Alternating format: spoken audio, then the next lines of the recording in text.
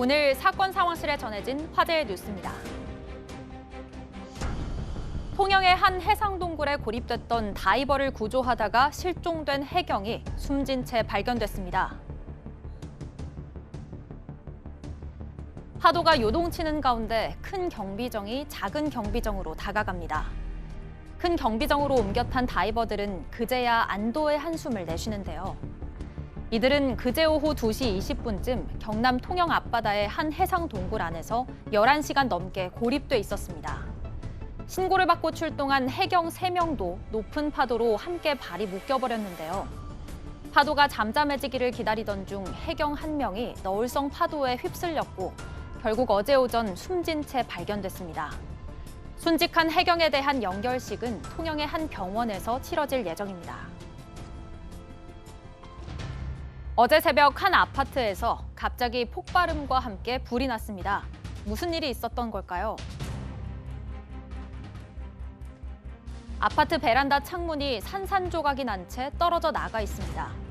어제 오전 5시 50분쯤 강원도 원주시의 한 아파트 6층에서 방화로 추정되는 화재가 발생해 일가족 3명이 모두 사망했습니다. 아파트 내부에는 10대 아들이 흉기에 찔린 채 숨져 있었는데요. 40대 아버지와 30대 어머니는 화단에 추락한 상태로 발견됐습니다. 경찰에 따르면 이들 부부는 이혼 소송 중이었으며 화재 직전 부부싸움이 있었다는 진술도 확보했는데요. 경찰은 정확한 사인을 밝히기 위해 일가족을 부검할 계획입니다. 그룹 방탄소년단이 흑인 인권운동 캠페인에 100만 달러를 기부했습니다. 방탄소년단과 소속사는 흑인 인권운동 캠페인 블랙 라이브스 매터에 100만 달러, 우리 돈 약 12억 원을 기부했습니다. 이런 사실은 미국의 연예 매체인 버라이어티가 한국 시간으로 어제 보도하면서 알려졌는데요. 지난 4일 공식 소셜미디어를 통해 우리는 인종차별에 반대한다며 인종차별 반대운동을 지지했던 방탄소년단. 이런 소식이 전해지자 전 세계의 방탄소년단 팬들도 기부에 나서 마찬가지로 100만 달러가 넘는 금액이 모였다고 합니다. 이재용 삼성전자 부회장이 3년 4개월 만에 다시 구속 위기에 처했습니다. 합병 의혹과 관련해서 보고받거나 지시하신 적 정말 없으십니까? 3년 만에 영장심사 맡게 되셨는데 심경 어떠십니까? 한 말씀만 해주시죠. 삼성물산 제일모직의 합병과 경영권 승계 과정을 둘러싼 의혹으로 검찰의 수사를 받는 이재용 삼성전자 부회장. 오늘 오전 10시쯤 정장 차림에 마스크를 쓰고 나타난 이 부회장은 취재진의 질문에 아무런 말도 하지 않았습니다. 이 부회장은 지난 2017년 1월과 2월 국정농단 사건으로 2차례 영장심사를 받은 지 3년 4개월 만에 다시 구속 갈림길에 놓인 건데요. 이 부회장의 구속 여부는 이르면 오늘 밤 늦게 또는 내일 새벽에 결정될 것으로 보입니다.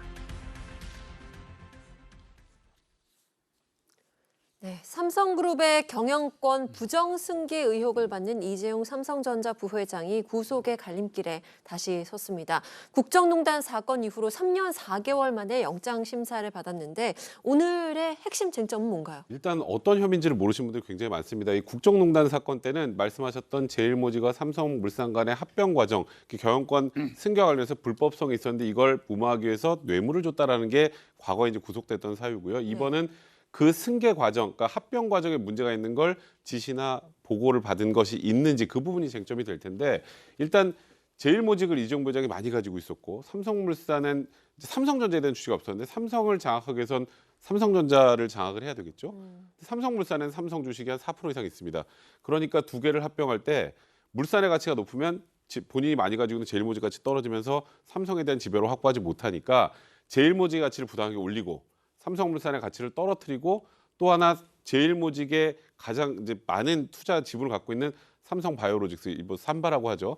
삼바이오는 50% 정도 제일모직 갖고 있는데 그때 이 삼성바이오로직스의 회계를 부정하게 했다라는 거예요. 결국 이게 지금 사안의 전체인데 이거를 책임자들이 알아서 한 건지 아니면 이재용 부회장이 지시하거나 혹시 보고받은 게 있는 것인지 결국 이 부분에 대한 입증이 오늘 구속 여부를 가를 것으로 보입니다. 그러니까 가치를 조작했다고 쉽게 표현을 하면 될 것 같은데 지금 이 부회장이 다시 구속 위기에 몰려 있습니다. 어제 삼성이 호소문을 발표를 했는데요. 내용을 좀 볼까요? 그러니까 대언론 호소문 굉장히 이례적인 상황입니다. 지금 일단 삼성은 이런 얘기를 하고 있어요. 이 수사가 검찰 수사가 장기간 이어지면서 삼성의 경영에 여러 가지 위기가 도래하고 있다. 정상적인 경영 활동이 위축되고 있다. 이렇게 얘기를 하면서 지금 뭐 세계는 코로나19라든지 미중 무역 갈등으로 이 불확실성이 대단한데 한국 경제를 위해서 삼성이 더욱더 선도적인 역할을 할 수 있게끔 도와달라. 이런 내용이 어찌 보면 그 주축이 되고 있어요. 그런데 지금 말씀하신 것처럼 이재용 부회장 개인에 대한 지금 재판이 진행이 되고 있는데 네. 삼성이라는 기업이 여기에 지금 전면에 나서서 호소하고 좀 얘기를 하고 있는 거거든요. 검찰 그 수사심의위원회가 열리게 되고 또 법원에서의 판결이 나오게 되면 삼성은 모든 것을 받아들이겠다라고 얘기는 하고 있고 거기에 대해서 각종 의혹들이 있으면 적극적으로 해명하겠다라는 얘기도 하고 있는데 글쎄요, 이 기업의 부회장과 기업 전체를 동일하게 보는 이 호소문이 어떤 영향을 미칠지는 지켜봐야 할 것으로 보입니다. 네. 오늘 결과 어떤 결과가 나올지 지켜보겠습니다. 자, 그리고 주말 사이에 또 하나의 안타까운 소식이 들려왔습니다. 강원 원주의 한 아파트에서 방화로 추정되는 불이 났습니다. 일가족 3명이 모두 숨을 거뒀는데 의문점이 있다고요? 네, 그렇습니다. 일단은 집안에서 10대 아들이 그 몸에 한 5군데에서 6군데 상처가 있는 상태에서 사망한 채 발견이 됐고요. 그다음에 이 아버지와 엄마, 그러니까 부부가 이제 그 화단에 떨어져 가지고 사망한 상태로 발견됐는데 좀 특이한 부분은 어머니의 같은 경우는 이제 배에 상처가 있어요. 그렇다면 공격한 사람은 유일하게 뭐 아버지일 수밖에 없겠죠. 아들과 어머니의 몸에 있다면 이제 그렇게 좀 추정을 하는 것 같은데 경찰이 CCTV를 분석을 했더니요. 사건 당일날 이 남편 같은 경우가 01시에 집에 들어오는 게 잡혔어요. 네. 그리고 한 4시간 반 이후입니다. 새벽 5시 30분경에 어머니가 귀가하는 게 보였고요. 그리고 잠시 후에 이제 펑 하는 소리와 함께 그 불이 나게 됐는데 그 직전에 펑 소리 나면서 불이 나기 이 직전에 이 남편이 밖으로 나와가지고 어떤 유류 용기 같은 걸 가지고 다시 안으로 들어가는 게 잡혀 있다는 거죠. 그 이후에 펑 소리 나면서 화재가 발생했고 그래서 또 주변에 있는 사람들은 또 이 부부 싸움이 그 직전에 있었다는 이야기 등등도 하고 있으니까 이제 경찰은 그렇게 추정하는 것 같습니다. 부부끼리 부부싸움 끝에 남편의 어떤 가해행위로 사건이 발생한 게 아닌가. 하여튼 뭐 자세한 거는 뭐 부검 등 그 다른 수사를 진행해 봐야 될 거 보입니다.